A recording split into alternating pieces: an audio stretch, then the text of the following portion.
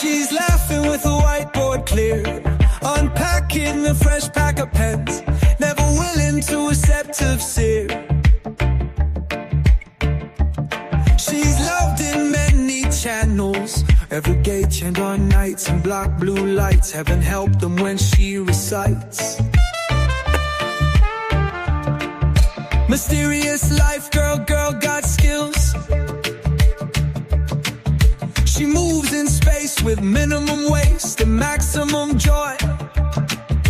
Makeshift desks and a cat that bites. When you see her coming, take your pills. No place for snowflakes or sensitive hearts. When sentiment is left to chance, she'll send you back to your start. We all know it, she's a smooth moderator. Smooth moderator. Smooth moderator. Smooth moderator. Toast to toast, sometimes switches to crumpet, bends them to jail. Across social media, buy memberships for bail.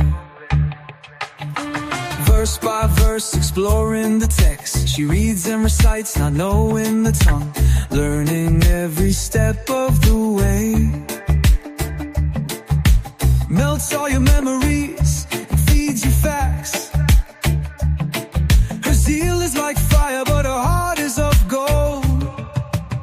We all know it, she's a smooth moderator. Smooth moderator. Smooth moderator. Smooth moderator. Toast to toast, sometimes switch to crumpet, bends them to jail. Across social media, buy memberships for bail. Smooth moderator. Smooth moderator. Smooth moderator. Smooth moderator. Smooth moderator. Smooth moderator. Smooth moderator. Smooth moderator. Ooh, moderator. Smooth moderator. Smooth moderator. Smooth moderator. Smooth moderator. Smooth moderator. Smooth moderator.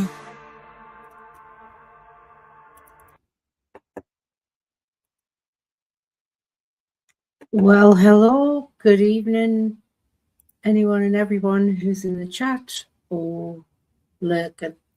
I'm just going to play another song while we wait for the panelists.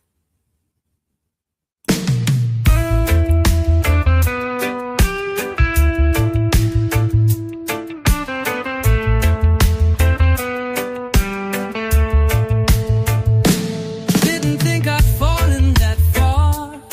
Thought I'd be able to come back on my own. Oh. Thought I could manage what I'd allowed. I'd bitten off more than I could chew. Until I asked for help, I kept falling. Thought I was going round in circles. It was a downward spiral, relentless eyes. I'd bitten off more than I could chew. Overwhelming fear and dread, though I must face them to conquer them.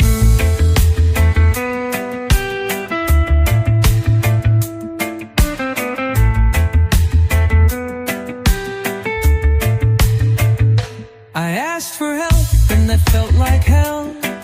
Didn't realize how much pain I was disarming. How many demons and ill will I was carrying. I'd bitten off more than I could chew.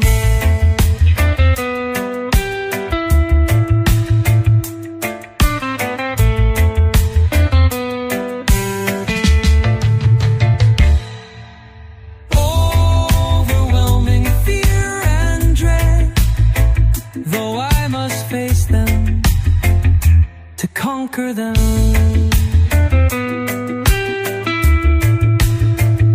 To conquer them.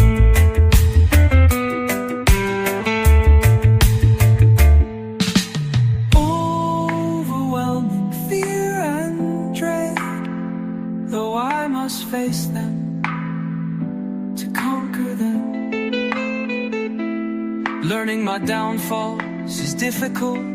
All of them had become my normal. I'm afraid of them and relieved to have found them. As though I've bitten off more than I could chew. Overwhelming fear and dread, though I must face them. To conquer them.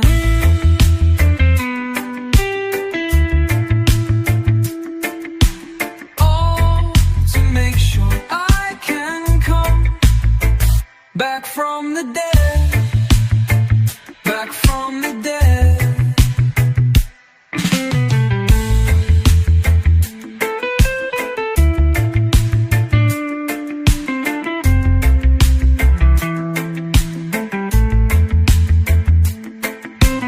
Oh, to make sure I can come back from the dead, back from the dead. Back from the dead, back from the dead, back from the dead.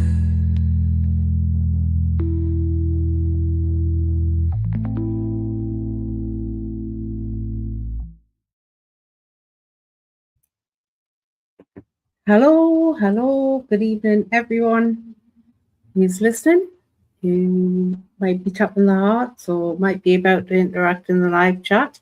The panelists haven't arrived yet, so I'm just going to go ahead and open up this evening's topic. I have some information available on it. I was hoping the panelists would be here so that we could decide amongst ourselves which way that we'd be going with the information. Who knows, they may turn up. But until they do, I'll just continue with the topic. And tonight's topic is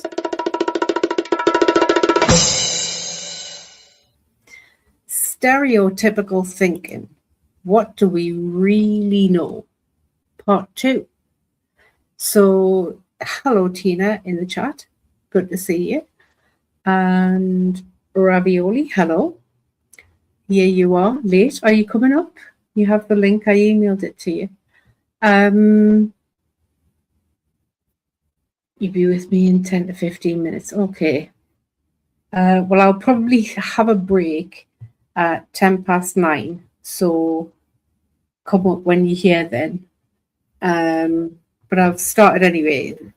We're starting tonight's topic is going to be a continuation from our first exploration of stereotypical thinking, which was the second episode in this live streaming series. So we'll find out from our panelists what information they have when they join us at 9:10. I'm going to start on something that I've unearthed, and that is, let me just screen share this.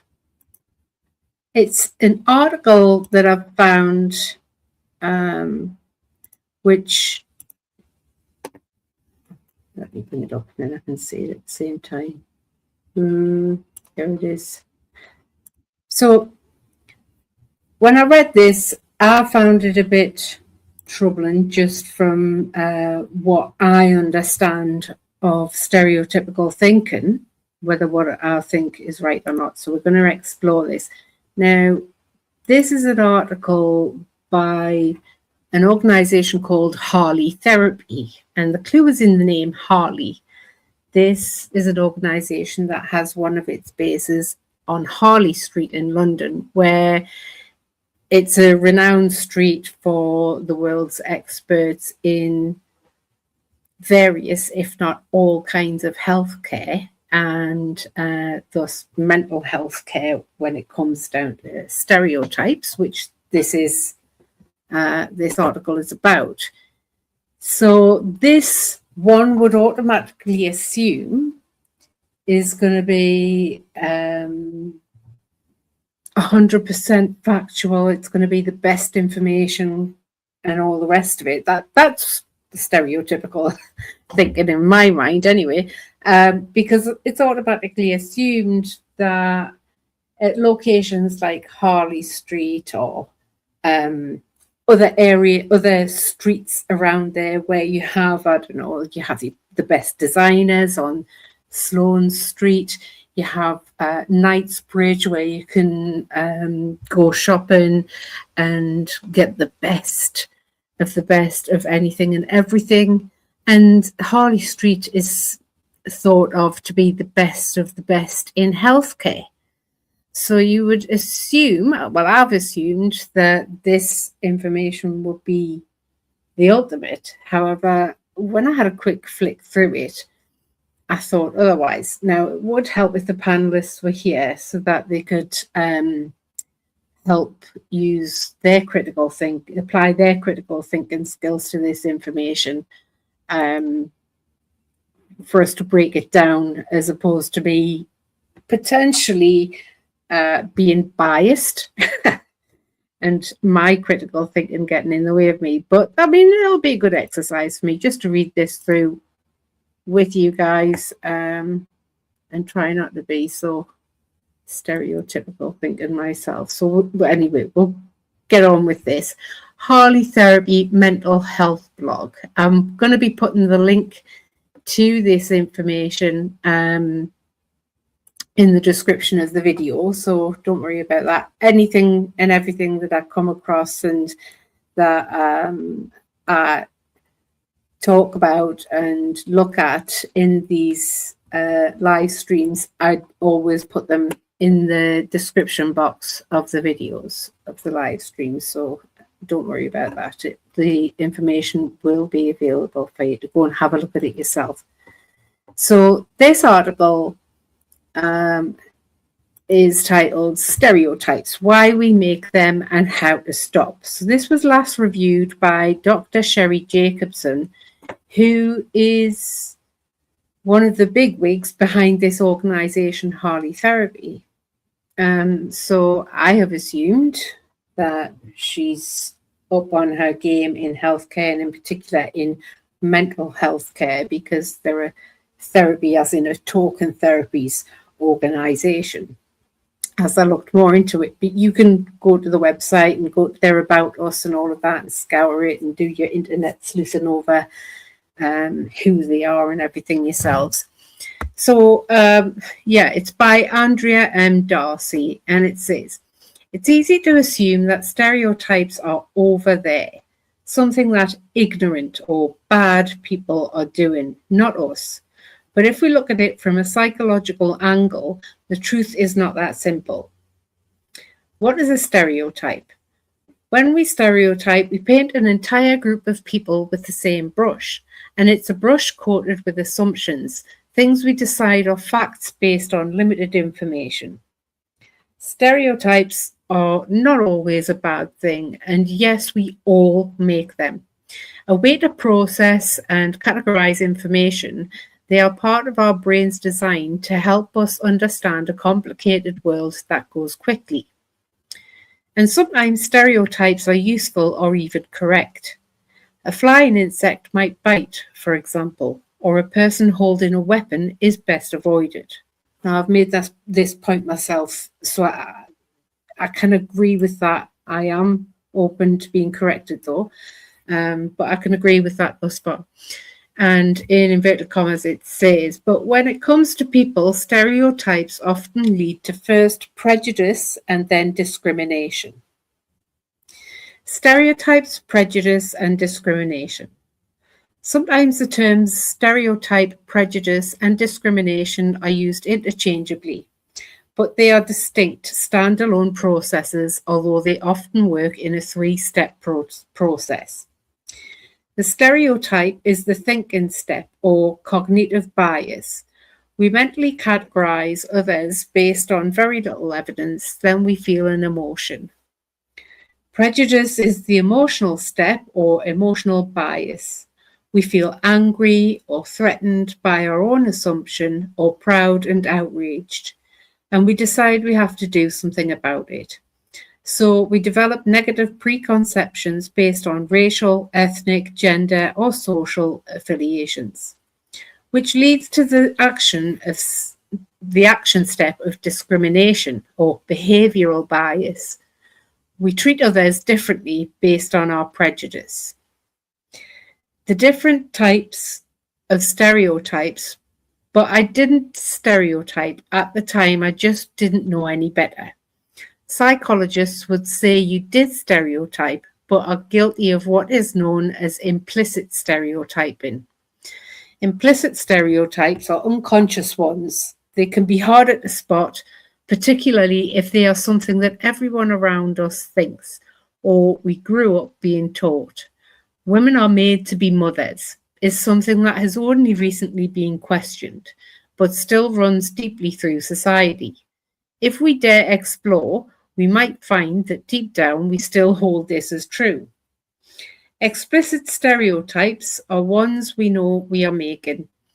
Not that it means we stop being biased. We often underestimate just how biased we really are.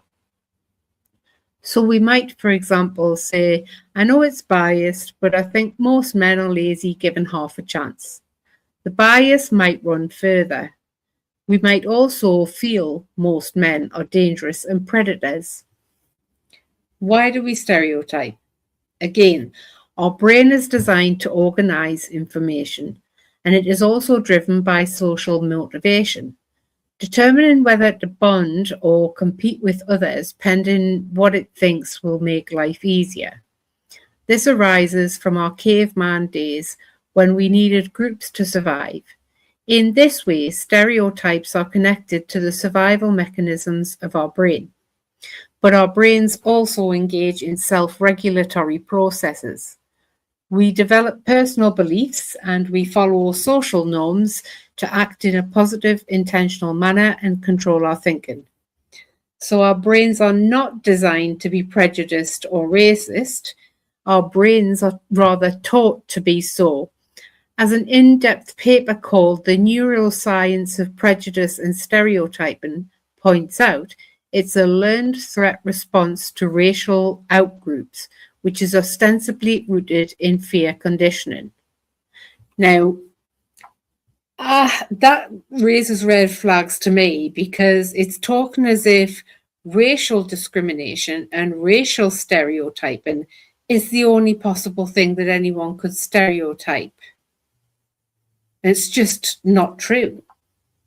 Absolutely not true.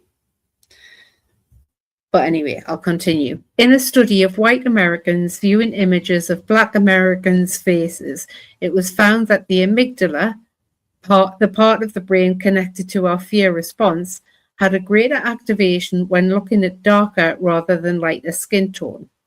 And this was when judgments of faces are made on the basis of superficial information. Now, hang on a minute. Superficial information. Let's have a look at what that means, because I don't know, there's something terribly bad agenda and misinformation about that in my mind. So I'm just going to bring up superficial. The definition, we're going to have a look at that.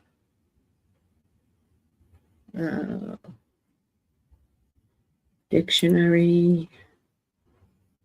Oh, someone's just cropped in backstage. All right, while that page is loading up, I shall bring on stage Ravioli. Oh, hi. Hi, Lieutenant. How are you? All right. Can you hear me? Sorry, I'm not too quiet, am I? Oh. You're not too quiet, but because I might need to bring my mic down a bit, actually. I'm glad you said that. Let me have a look. And I'll bring yours up. Then you don't have to raise your voice. Because I know, you like be considerate of where you live. Yeah. but we still need to hear you. So I've got your on Max. That sounds a bit better actually. And I've brought it down. I'm sure. Lieutenant, I am considerate where I live. You're right. I am very Yes. Yes, you You're are. clever, I know you are. You're clever, So, Lieutenant. yes, you know me. How are you anyway? Before we go on to looking at I'm the alright. definition of Well, superficial, you're okay? it's strange. It's just when we last, the world looks a bit different from when we last spoke a week ago, Lieutenant. You just don't know what you might hear and what's going on in the world. But yeah, things are happening. Things are in motion right now. Yeah. So I'm just welcoming. Oh, I can't spell welcome. Welcoming Chris. But yeah, this is a closed, invited only panel, Chris. And it's just because I don't want too many views to try to cover in the limited amount of time that we do this for. Okay, so we'll get back to this. So yes, a lot of things are happening in the world, but yeah, did you hear me announce that the topic is stereotypical thinking? So we're going back to that. Okay. Right, okay, yep. All right. Now, I know that we won't go into anything that you might have because I've already started on something, so we'll get through this article before our break. But have you looked into what it was that you said you were going to look into on this matter? A little bit. That was, I mean, a while ago. In the last few days, I won't pretend and say in the last few days I knew more about a week ago, 10 days ago. But yeah, I had done some kind of I had some web page found, but no, I haven't. I don't feel I can add too much on what you're presenting now, if that makes sense. But that's okay. Sorry, Lieutenant. I'm sorry. That's okay. I've got plenty for us to work through for the entire live stream. If you, Nagar, or if Banksy turns up, if you don't have anything, that's absolutely fine. Lieutenant, I think Nagar, is she in the back? Is Nagar in the back? Maybe, I don't know. She's not here yet, I don't think. Nope. Oh, she said she was in the backstage. Nope. Oh, okay.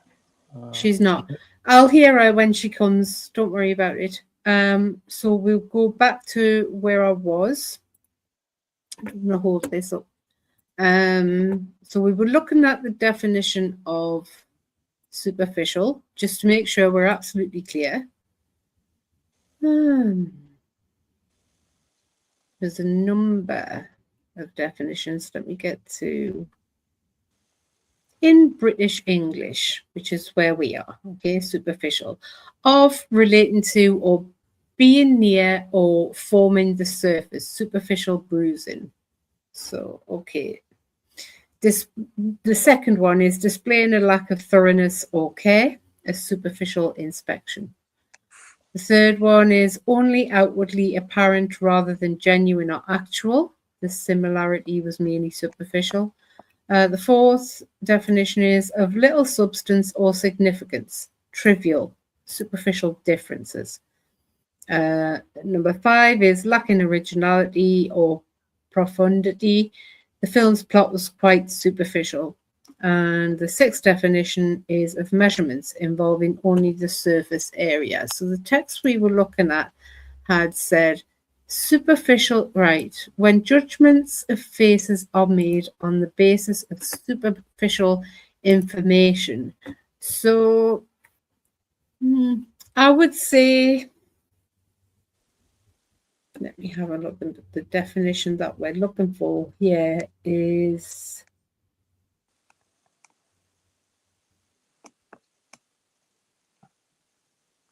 of relating to being near or forming the surface. So it's like surface level information. It's not, there's not much depth to it.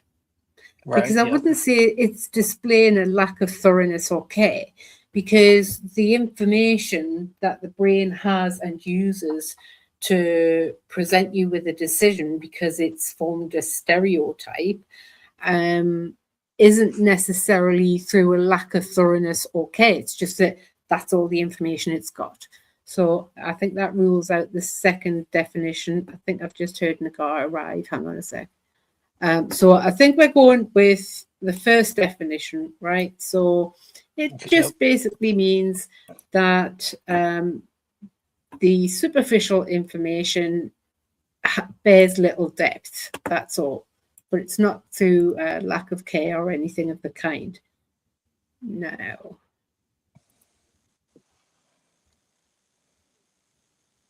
Can you still hear me? I can hear you. You can. Yep. Yep. You can. Great. Now I'm going to bring Nagar on the stage. Oh, hello, okay. Nagar. Welcome. Hello. Can you hear me? Yes, we can hear you loud and clear. I've just upped your volume on your phone, on your mic, I should say. Sorry. Okay. So how are you? That's fine. Very well, thank you. It's good to hear you. Good to have you back. Lovely, thank you. You're getting a hi, Nagar, from Tina in the live chat as well. Oh, that's sweet. Nice. Thank you. Thank you, Tina. Yeah. So I don't know how much you've been listening, how much you've heard there, Nagar, but I did announce that tonight's discussion is a return to stereotypical thinking. Yes, I gather. I've been listening. Okay, that's great. That's great. So did you, just out of interest, accumulate any information on?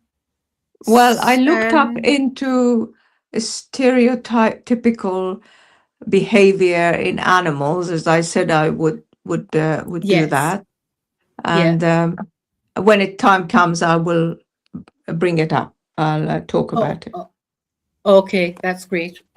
Just asking out of curiosity whether you dug up any information or not. So we might not get to look at it this time around, but the next time around, hopefully we will. I'll just continue where I was. We'll take a break at about 9:10. I'll get through this article quickly, and then we'll come back and we'll go on to something else, because I do have something else for us to at least get started on after we've had a quick break.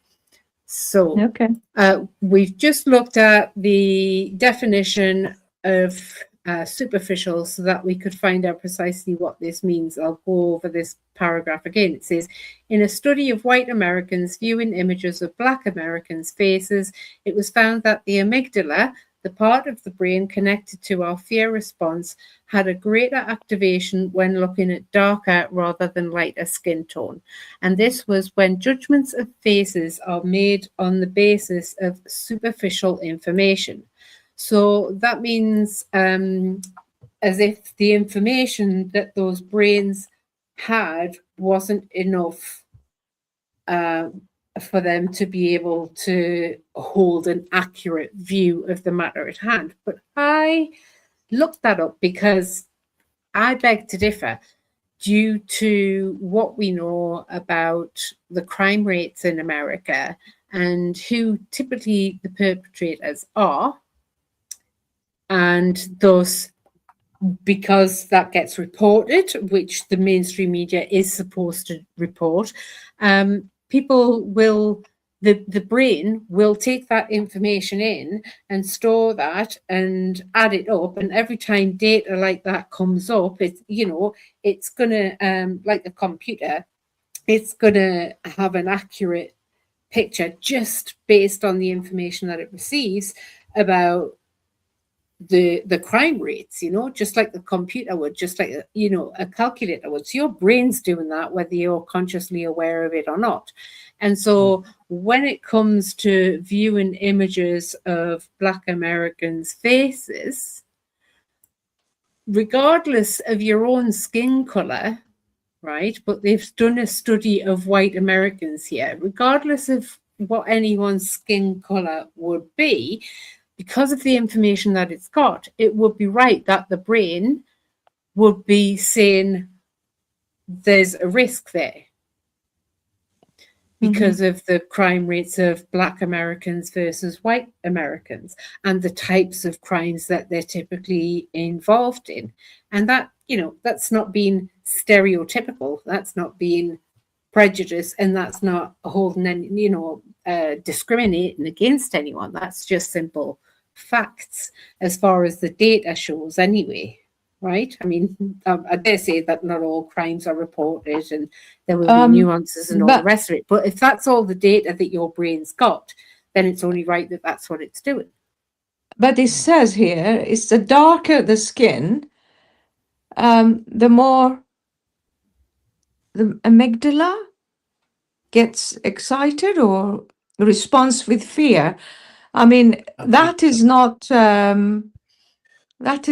what the statistics really. I mean, the darker skin black people don't commit more crimes.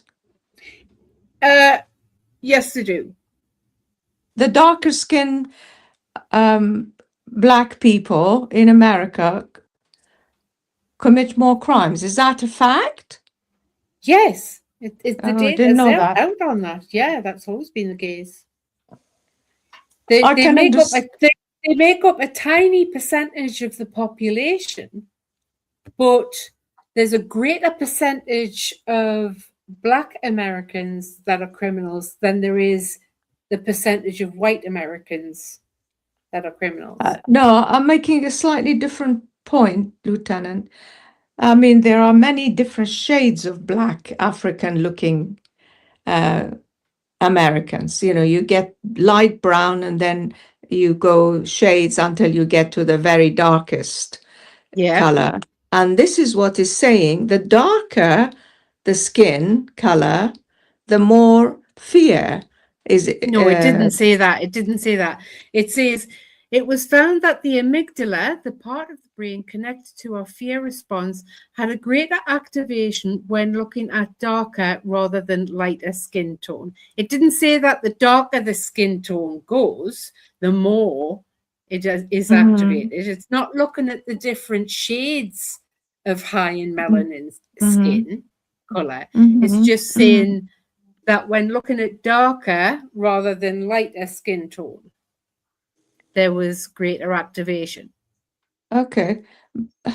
I am a little bit confused here because they were white Americans, so presumably, I mean, even white people have many different shades of brown within their skin tone, but they were obviously Caucasian or white, as what we call white-skinned people. But they were looking at Black Americans who we assume they're not Indian American, you know, from India. Yes. But African American descent. Of African descent. It was found that the amygdala, the part of the brain connected to our fear response, had a greater activation when looking at darker rather than lighter skin tones. I don't take the lighter skin tones to mean white people. I take it to be the African Americans with lighter skin tones. Am I reading it wrong? I think you are, yeah. I see. Okay. But who knows? Anyway, then it says, are some of us more likely to stereotype than others? Social dominance orientation, or SDO for short, is a personality trait that is sometimes used to explain racism and sexism. The idea here is that some of us are born with brains more designed to prefer hierarchies within social systems and more likely to divide people by status. People with SDO tend to be dominant and driven, believe in hard work, and seek power. While it's convenient to blame things like racism and corrupt policing on SDO, other researchers have pointed out that it's not correct. SDO is actually more about believing there are limited resources. When a study gave students information about a made-up group of immigrants, it showed that the students were more likely to be prejudiced if they were told the immigrants were socially competitive. When the immigrants were described not as a threat, but as morally deviant, even though this was a worse attribute to have, the students were less likely to be biased against the fictional immigrants. Now, hang on a minute. When looking at that, I think it might be down to the use of the word threat versus morally deviant. The word threat is in your brain as red flag, alarm bells, right? But morally deviant is something that you've got to think about more. So you're not going to get that excited because you're going to think about it. So your prejudice isn't going to go up that much compared to the word threat, right? Because I find that when you're in an emotional mind, which the word threat will put you into, or morally deviant, you're likely to make the mistake of being prejudiced and discriminatory towards someone. So the more, what's the word? The more in the driving seat the emotion is, which threat would put your emotional mind into, compared to morally deviant, the bigger the mistake you're going to make. So the more likely you are to become prejudiced than with the use of the words morally deviant. So that might be why that's happened. It's this business about what it says here. The idea is some of us are born with brains more designed to prefer hierarchies within social systems. Is that a understood fact?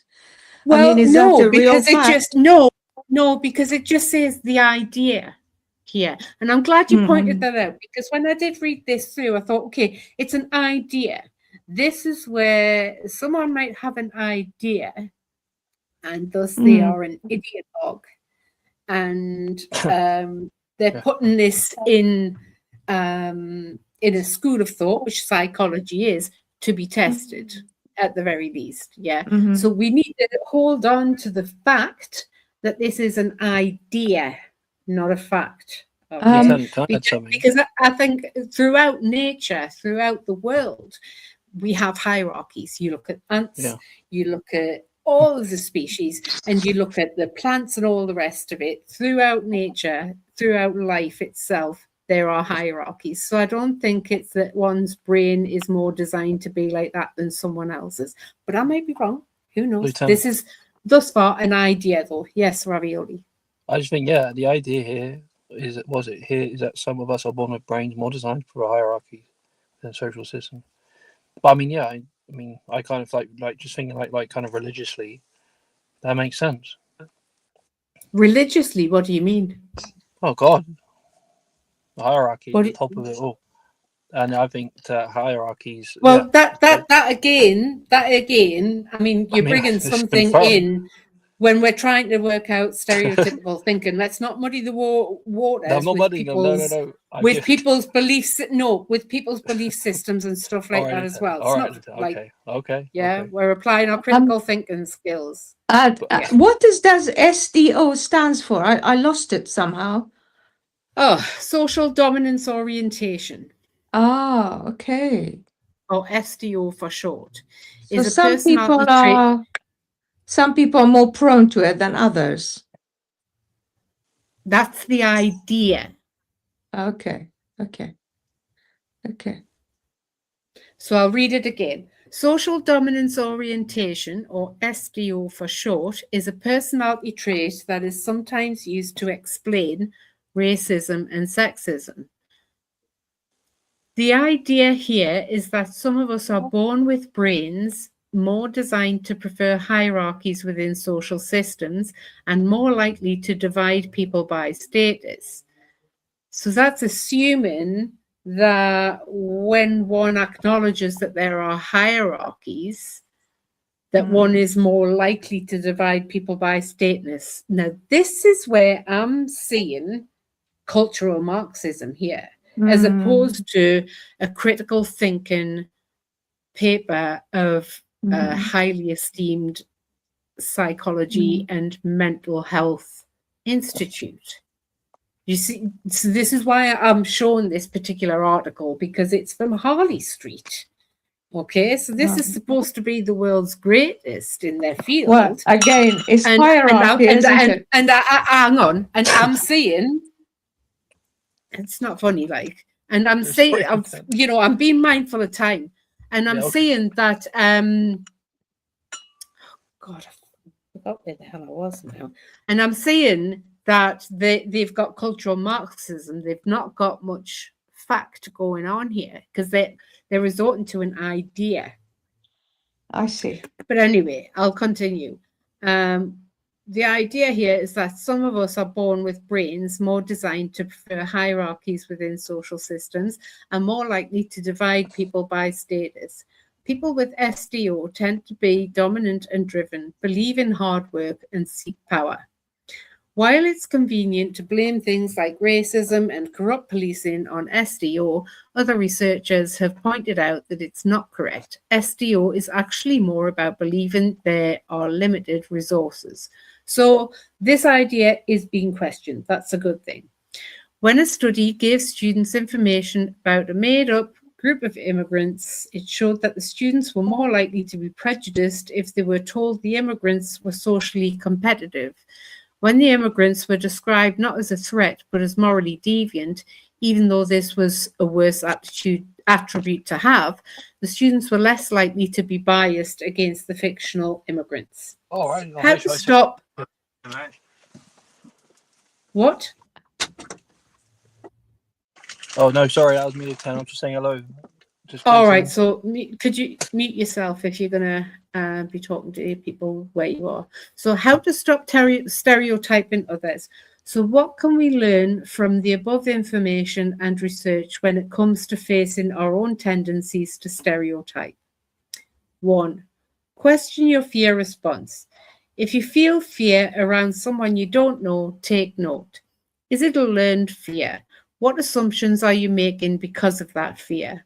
Are these assumptions useful or are they learned bias? Where might you have learned this response? 2, make it personal. Remember, stereotyping paints a group of people as all the same. Break this thinking habit by noticing when you speak about people in generalities and where possible, focusing on the individual. It's not the black guy who works at the shop on the corner. It's Michael, the shop owner, who is a father and likes cricket. So you see, is it just me or is that cultural Marxism? It's telling someone how to think, what to think, and how to speak, as opposed to developing themselves naturally. It's like programming, isn't it? Yeah, anyway, number 3. Yeah. So number 3, learn mindfulness. To change how we think, we need to know how we think. Mindfulness is an easy to learn tool that teaches you to be aware of your thoughts and feelings, and you can learn it now with our free guide to mindfulness. Notice if your thoughts presuppose that the person you are developing bias against is in competition with you, aka you are engaging in SDO. Do you feel that your social or economic resources are threatened? Is this even true? Are resources as limited as you are telling yourself they are? And even if they were, it is a valid reason to make a negative assumption about the other person.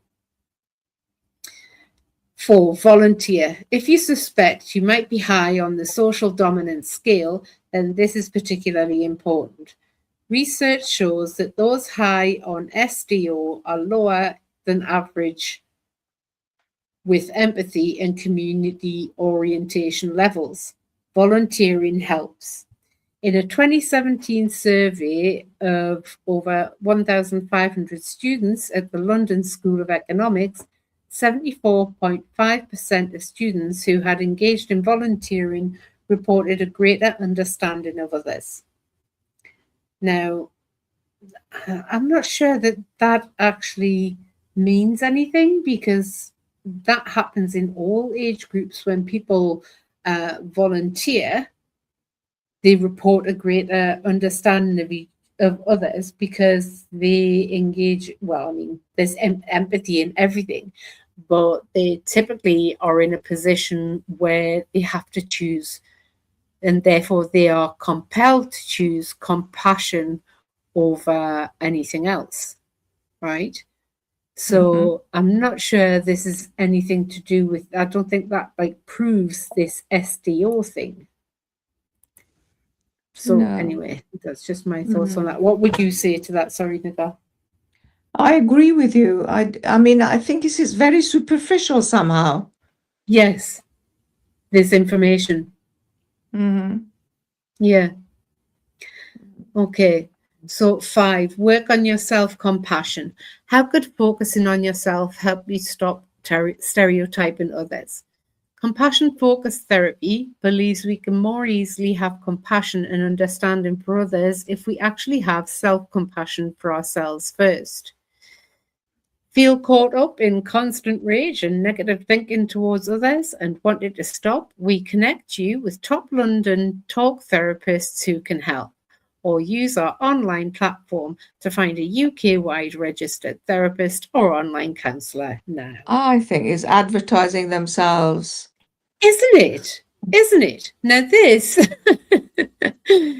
this is supposed to be something that people with mental health problems would come across and they would read, and they're supposed to take some facts from it. But I think there's very little in there. It's all suggests, it's an idea, it's research says, but there isn't much depth to it, like you were saying there. Nigar, you said that you find it's somewhat superficial.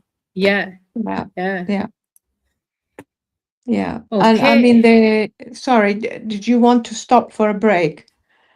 Yes, I think if you have anything more to add, we go ahead and then we'll stop for a break. I've said what I wanted to say. Rogers? Who's Thank you. Carl Rogers? Tina said Carl Rogers' theories or studies. I don't know. I've not kept up with the chat, but she said person-centered therapy is what that webpage was about. Right, yeah, so that'll be more about that. That's not about stereotypical thinking anyway. That's not what we're on about. So without further ado, we'll take a break. There was a comment, Lieutenant Christopher, in the chat had something to say. He said, but Lieutenant, if Africans join up, create a culture that practices things detrimental to society, can I not observe such activity to form a stereotype that is correct? But LTG, if Africans join up and create a culture that practices things detrimental to society, can I not observe such activity to form a stereotype that is correct? Yeah. I don't even understand the question. And then he said, we can learn by counsel to function on higher levels. Yeah, I don't know. What? No, that's not there. Oh, right, the next one down. Right, the next one down is talking to you. We can learn by counsel to function on a higher level. Right. Well, I don't understand that, but no, we're just going through what stereotypical thinking is, and that's all. Lieutenant, there's one odd thing that might be useful before we go, or for the break, sorry. I got a definition here of that part of the brain. Could I read it for the viewers? What part of the brain? It was called the Know Your Brain, the amygdala. No, how do you say amygdala? Yeah, the amygdala. Sorry, can't even. Yeah, can I read the definition of it? We'll do that after the break, Ravioli. Okay. All right. Okay. All right. So if we mute up, I'll just play a song and we'll have a break.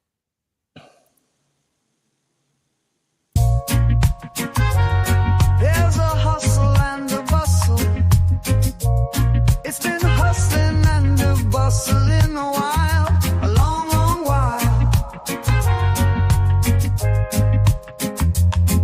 This town is now a city.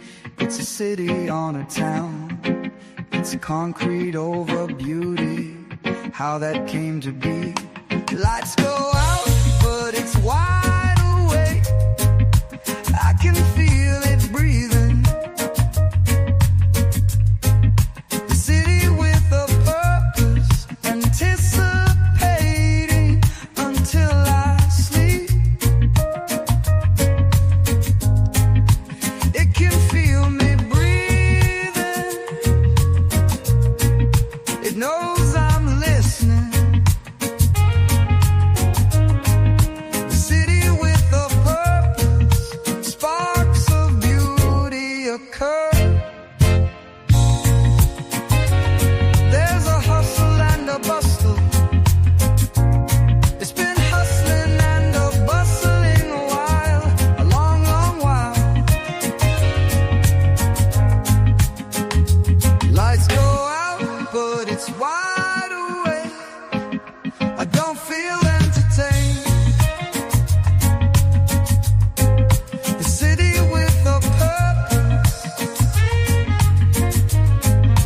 intention to cure me.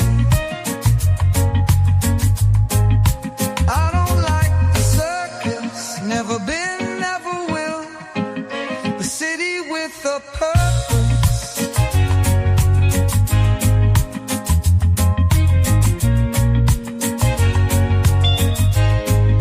The city with a purpose. There's a hustle and a bustle.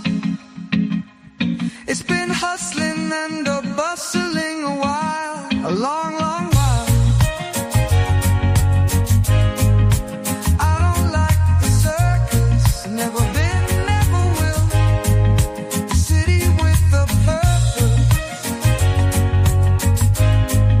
The city with a purpose. The city with a purpose.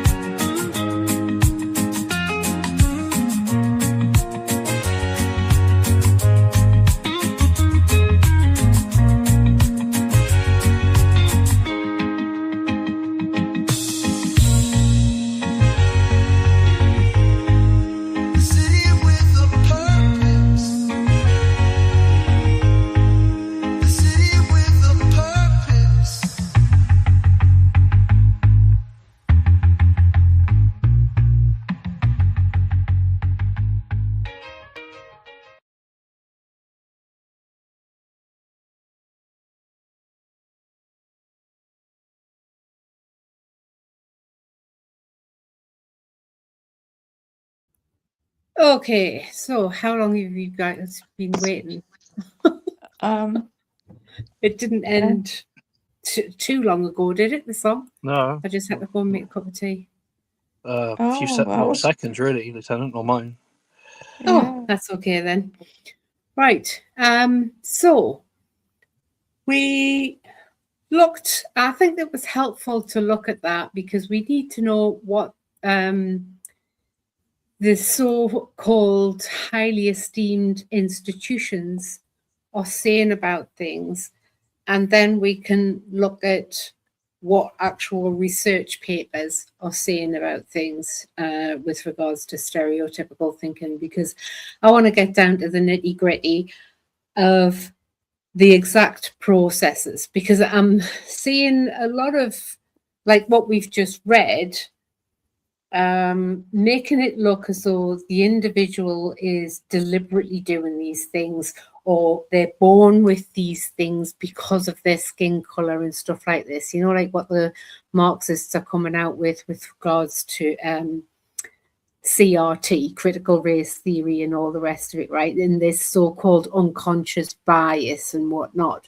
So we're seeing a lot of ideology mixed in with facts so as to steer people into blaming themselves unnecessarily and all the rest of it. So I just want to get to the facts, and I think it was good for us to look at how bad Marxism has gotten into our institutions when we look at that paper in particular, you know, what we just read. Would you agree, or am I alone in thinking that? I don't understand. I'm here. I can't understand this Marxist. How does that apply to the way people think?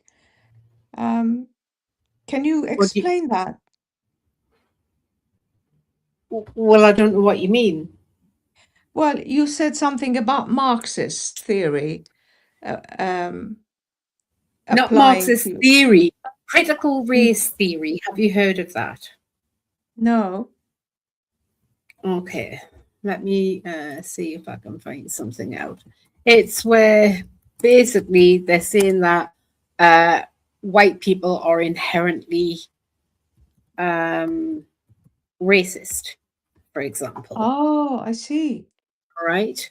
And they're imposing this, well, they have been imposed. It's a conceptual framework developed to understand relationships between social conceptions of race and ethnicity in the United States, social and political laws, and mass media, right? So that's just a little thing that I've just read there about it. So they've basically brought critical race theory and stuff like that into the workplace, into schools, and they're teaching it to kids as if it's facts. And it's basically they're causing more prejudice by putting it into people's minds that they are racist because they're white. So then white people have this so-called white guilt. I don't know if you've heard of that term. I think I'll tell you an example of something which I heard. This was an article written in Arabic about the Arabs. So they're not white like the white people. They're not dark like the Africans. Their in color is in between, and so they are the right color. And some would consider themselves to be perfect because they are the right color. So it's a prejudice, if you like. This article was saying they hold because they are the right kind of race or the right kind of color. So I think it is among all races, or we have prejudices that we are the better people. But you're saying the whites feel inferior because they feel they have a racism ingrained in them. No, but they're being programmed with that by the Marxists and their identity politics. That's what they've been pushing in schools and in workplaces and stuff. So Marxist is an ideology which is pushed by certain people who hold this ideology. They might be even white people in schools in Britain. Is that what you're saying? All across the West, that's been happening. All across West, but they're themselves white, but they feel the white people are prejudiced inherently. I don't know what they feel, okay, but they've been imposing that. They've been programming children with that, and they've been pushing this ideology in workplaces and other educational institutions and throughout healthcare and other such places, and thus causing more bias and more prejudices and discrimination than there was before they started this nonsense. I see. Okay. Since I'm not in a educational system, so I don't know what's going on really. But you think they are actually bringing these ideas into the school room? No, they've already brought it in, and it's being rolled out now because of the damage that's been done by it. Okay. All right. Okay. Okay. And you think these ideas came from Karl Marx originally? I don't know if they came from Karl Marx. But it's Marxism. Well, as far as the cultural Marxists and with their identity politics is concerned, it's all in with what they're doing these days. Yeah. Okay. Okay. I don't know anything about it, so I'm finding it quite puzzling, really. Okay. Interesting. Lieutenant, have you ever heard of the Frankfurt School? Not sure. Why? Nagar, have you heard of the Frankfurt School? No. Yeah, look them up if you ever get a moment. It's to do with what you're saying. Oh, like, okay, basically after World War II, there were these communist people in Frankfurt, like who said, right, how do we stop Germans thinking that they are Aryan or superior? Okay. I see. Okay. how do we do this? And they came up with these kind of racial theories and things. They wanted that. They said these guys, and these were all academics. All there. If you check it out, honestly, go on Google, put up Frankfurt School. Okay. They said, right, we got to remove the idea that there's a super race, and what all the stuff Hitler had said. Okay. They were attacking basically kind of his theories, right? Just I that's all I know. It's called the Frankfurt School, 1950 something. If you've never looked it up, look it up. Okay. But these people were sort of, was it Marxist, social Marxists, and social Darwinists and stuff as well. Oh, I see. I mean, for me, again, I'm going to give an opinion now, Lieutenant. Sorry if you agree or disagree. Okay. But this is just why religion or God, the soul and things, and the spiritual nurture overrides all this stuff. That's just my opinion and what I found. Because so what do you mean? What do you mean? Well, I mean, like all these things. I mean, I think you don't kind of look at it in the same way as before. I think, like whatever. I don't know what I'm saying. I don't want to throw a hand grenade in there and cause trouble. I have to think carefully what I'm saying. I just think if you think spiritually about all things, like your mind goes to some other place. That's my conclusion I have. So when you think spiritually, what does About that all mean? things.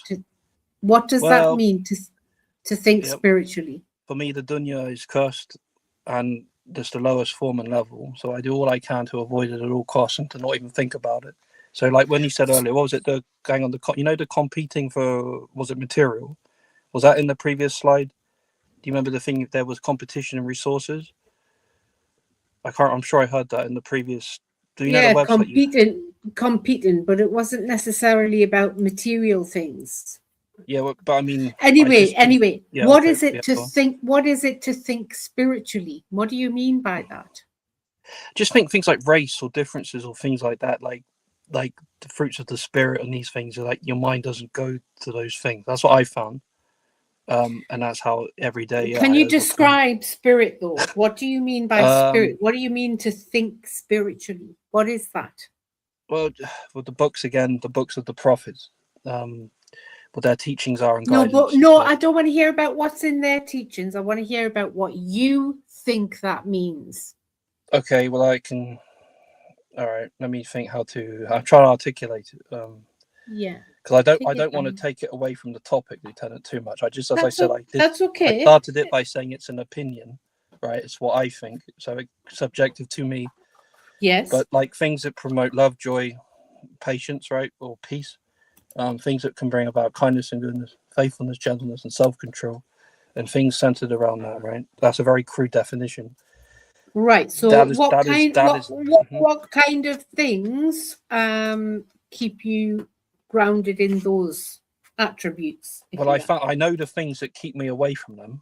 I know what blinds me or distracts me from those things. I can define that. Right. So my yeah, sorry.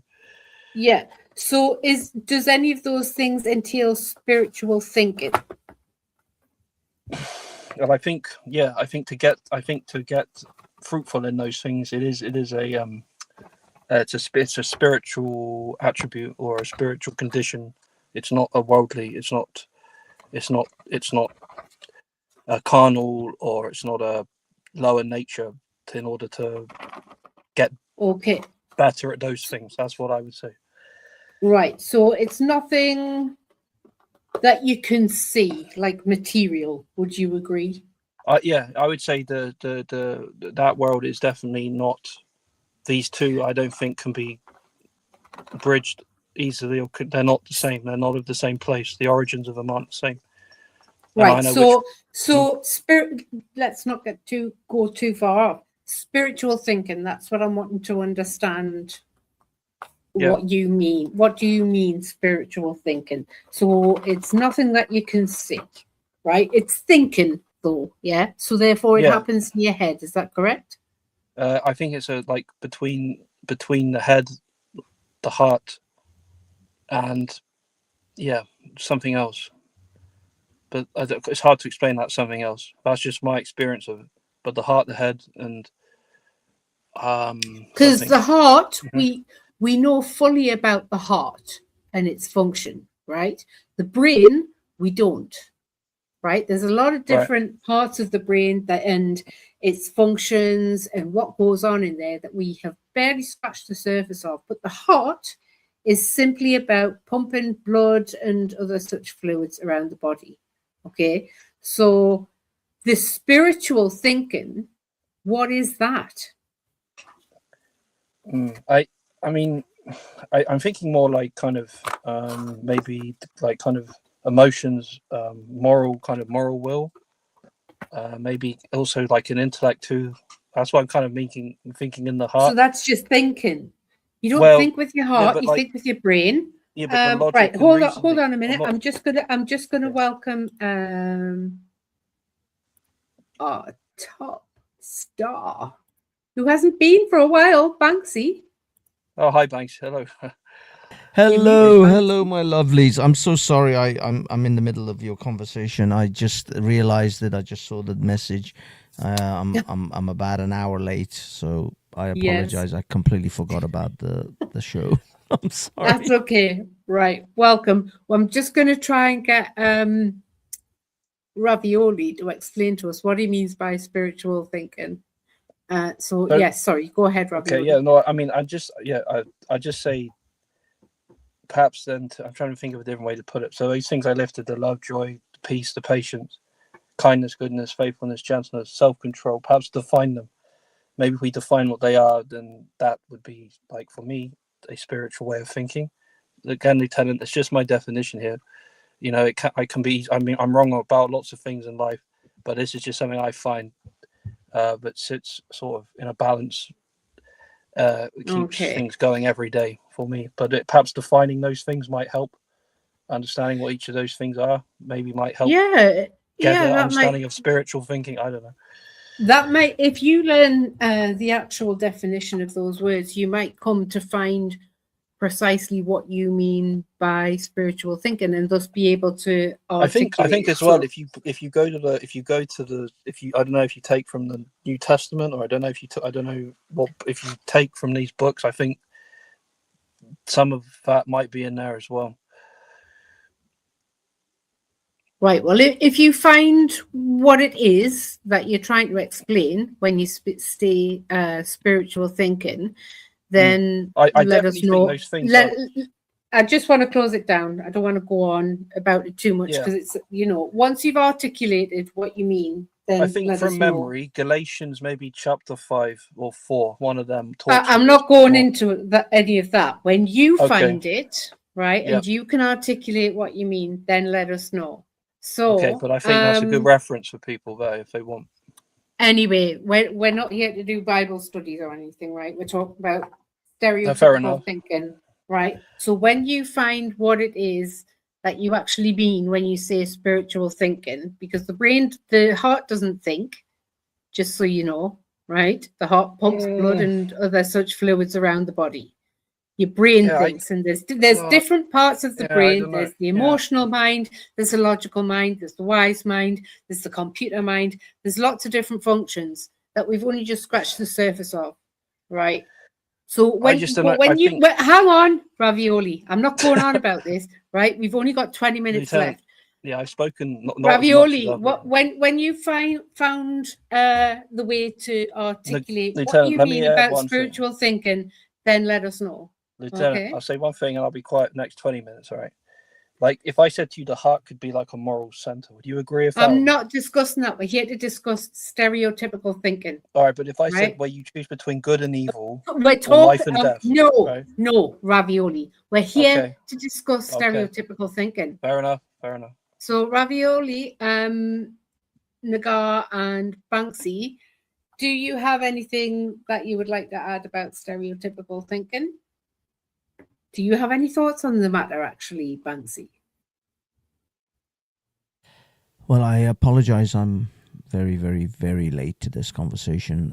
I was happy to just listen a little bit longer just to get to grips where you guys are at. I mean, all I can say is stereotypical thinking is stereotypes. I mean, I think you guys may have covered this, but stereotypes are essentially based in some degree of truth, something that people have observed. And if they see something repeatedly, an action or some procedure happen repeatedly with a certain system or person, then they take that to be intrinsic to that maybe person or that group of people or that particular thing, phenomena.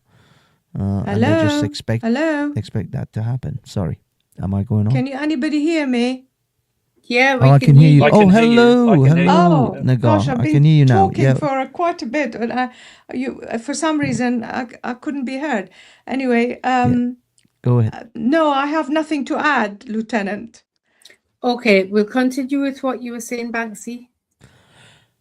Well, that was my understanding. If I see some phenomena occur repeat, multiple times with a person, group of people, or a system, then I would assume, in a shortcut sense, that this thing's going to happen again if I encounter this. So if I see, I don't know if I see lions tearing up gazelles. Oh, sorry, it sounds like I'm looping with someone here. There we go. Thank you, Nagar. Yeah, if I see lions, tearing into gazelles and eating animals and ripping them apart, then over time, or if I see them killing humans, then I guess we over time recognize and we develop a fear of lions. We develop fears of snakes, even if I've never been bitten by a snake. In fact, I don't think I've even held a snake.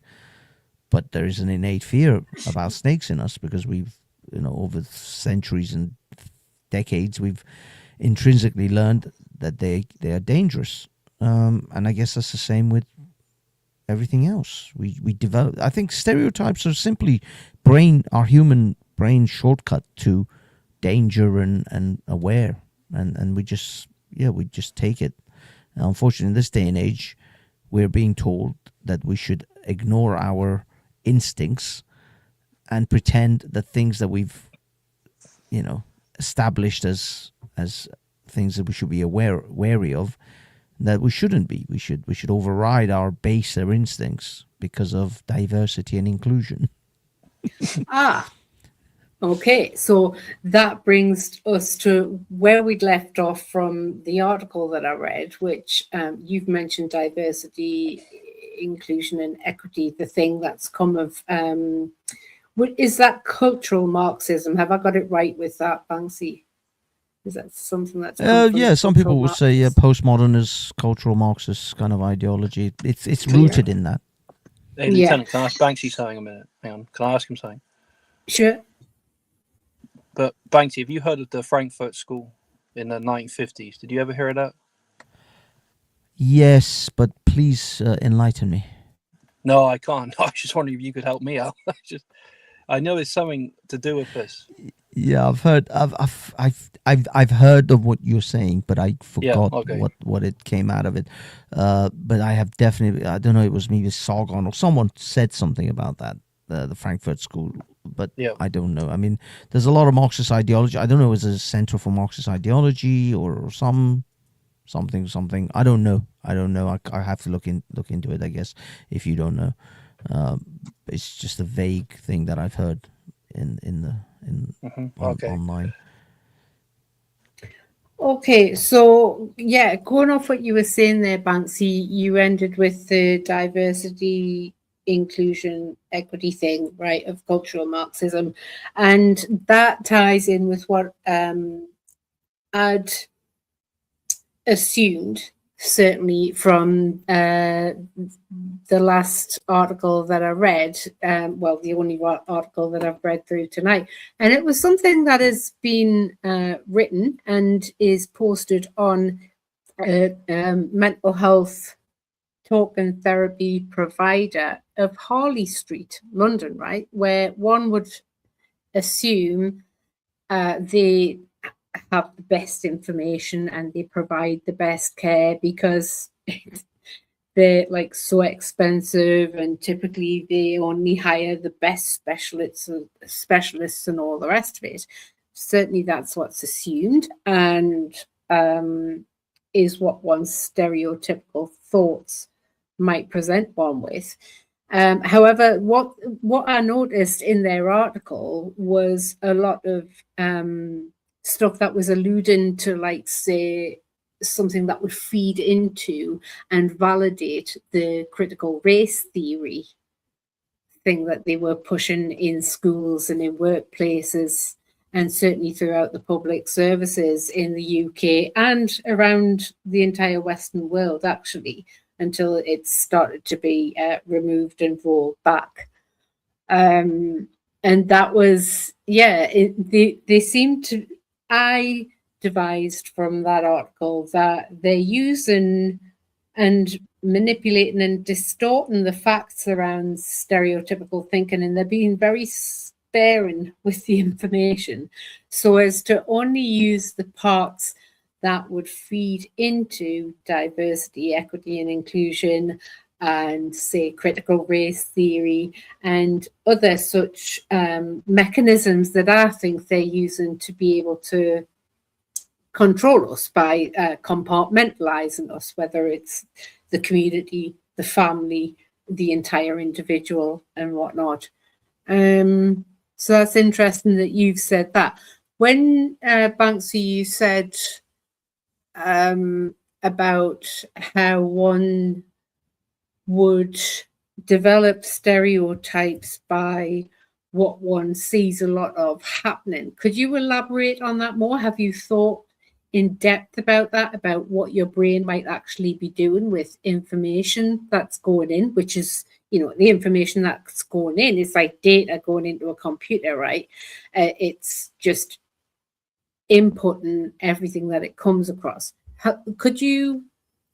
Do you have any kind of understanding on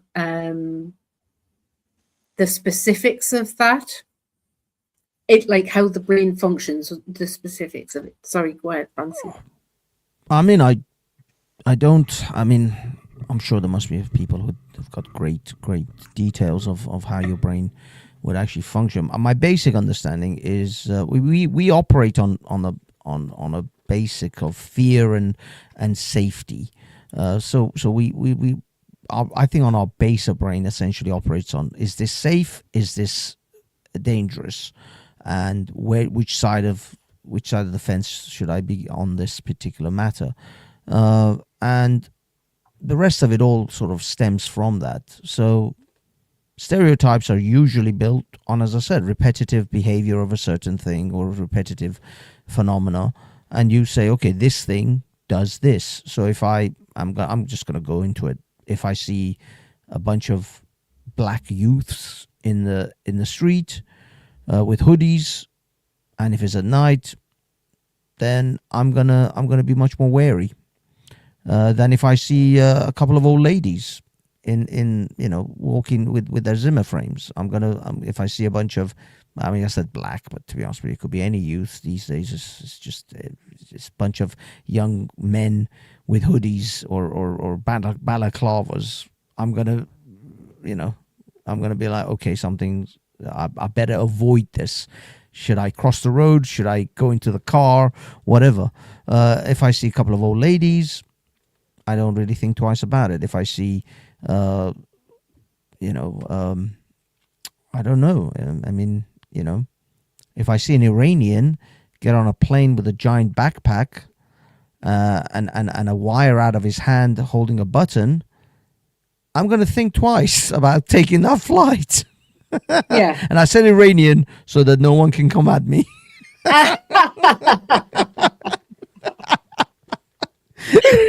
But you know what I mean. Yeah. Basically, any dude screaming Allahu Akbar at an airport, I'm gonna leave for that day. I'm gonna get the next flight. Yeah, and especially if they've got brand new shoes and they're well dressed. It was noted, I think I read it somewhere about 15 years ago when they were talking about like what to look out for at airports and stuff like that, and they were talking about how these individuals present themselves when they do go to do these things, like on an airplane and stuff. They typically are the best groomed that they've ever been in their life, because they're wanting to look their best for what they're martyring themselves for. And their shoes are brand new and all highly polished and all the rest of it. And so these kinds of things could be alarm bells for one. Yeah, and but one would store that as stereotypical information. It's just mental shortcuts to the world that you see. If you see certain group or certain people or certain animals do this thing, then I'm going to be, I mean, because horses is a simple one. Would I stand behind a horse and approach a horse from behind? No, because horses are known to kick the living crap out of people, and they can kick you across the room. So, I've seen that. I've never had it done to me, thank goodness. Yeah. But I can recognize that, and I created a stereotype in my head. Do not approach a horse from behind. You're likely to get kicked across the room. It's just basics of life. Again, safety and security. You're thinking about, is this safe? Is this going to keep me in the safe zone, or is this going to put me in danger? And these are just the primal examples of like obvious stereotypes. Of course, there are subtle stereotypes with various different things as well. If I see some group of people behaving in a, I don't know, they don't pay attention to the things they do. So you're at an office and you see repetitive behavior of a certain colleague that's just not, they're just not pulling their weight, or they just don't do it. And another person of that same ethnic group comes and does the same behavior, then you're like, okay, you may develop, it may be false, because the third one or the fourth one might be amazing and they'll do everything. But if you develop a psychology of, okay, this group of people tend to be lazy. A prime example, fat people. Fat people get subconscious discrimination from employers, because they think they're lazy. And that may not be true. I myself am a chubby of the chubbier side, but I'm a bloody good employee. My managers love me. But the fact is that, there may have been times where I didn't get a job because I had a bit of a belly. I don't know, but that is a possibility. It's interesting that you say that, because I don't know if you remember Katie Hopkins's view on employing overweight people. She basically says don't do it because you can't trust them with, like, say, the office celebration cake and stuff like this. She was literally serious about it as well. There you go. There you go. Now, that is a stereotypical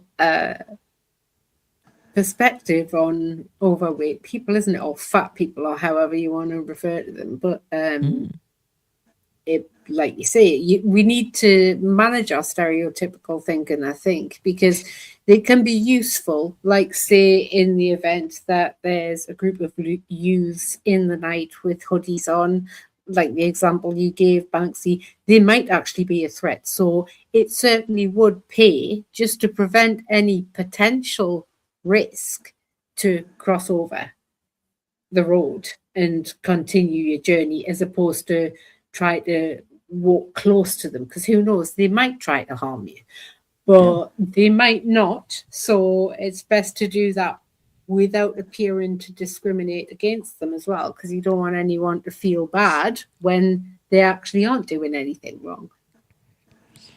Yeah, but the fact is that it's all down to, nowadays people are telling you to override that instinct and say, no, don't judge them. They may not, they're just a perfectly nice bunch of, roadmen.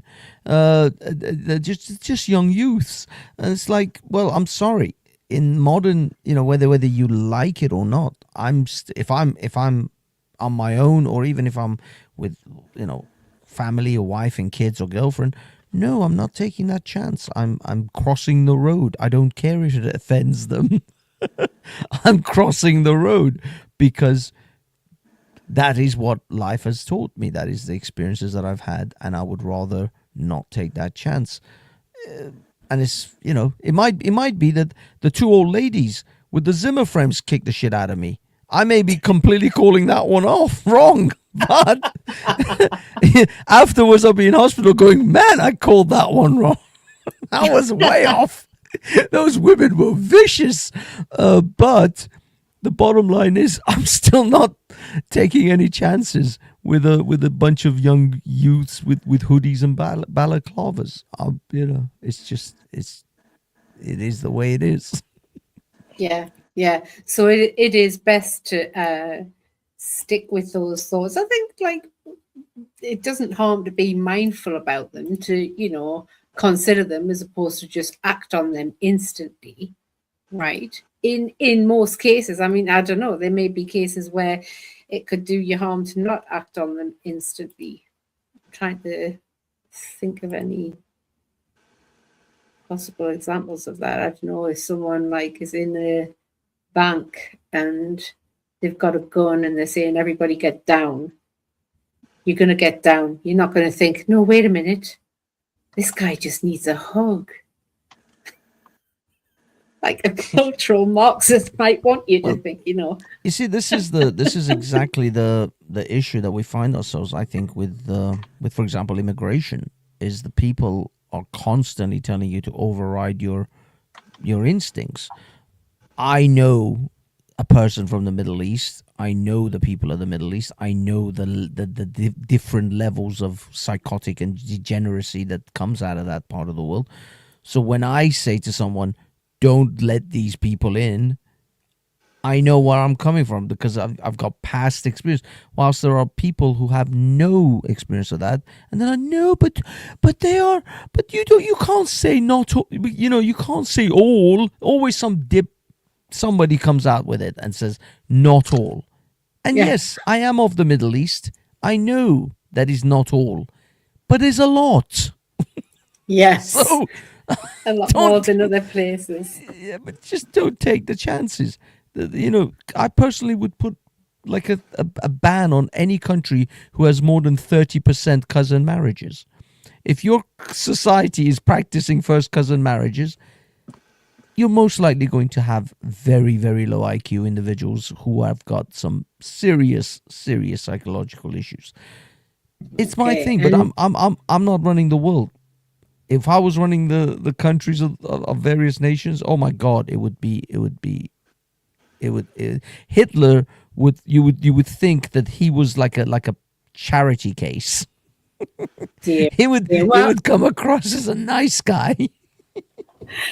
On that note, I'm gonna no kidding, because of the time, I'm gonna thank everyone in the live chat, everyone in the galleries who's been lurking, loving, hating, hashtag not the haters.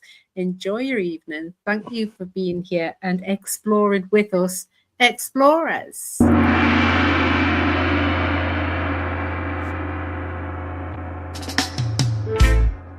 Listen, is it true?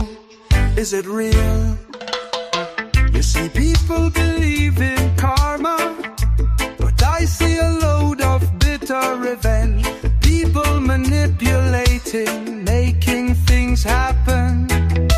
Listen, in the end, no one heals. They're hooked on revenge. Believing in possibilities, giving into hopeless mindsets. Believing in punishment, unaffordable rehabilitation. You see, people don't wanna hear about inclusion, at least not until they're faced with exclusion.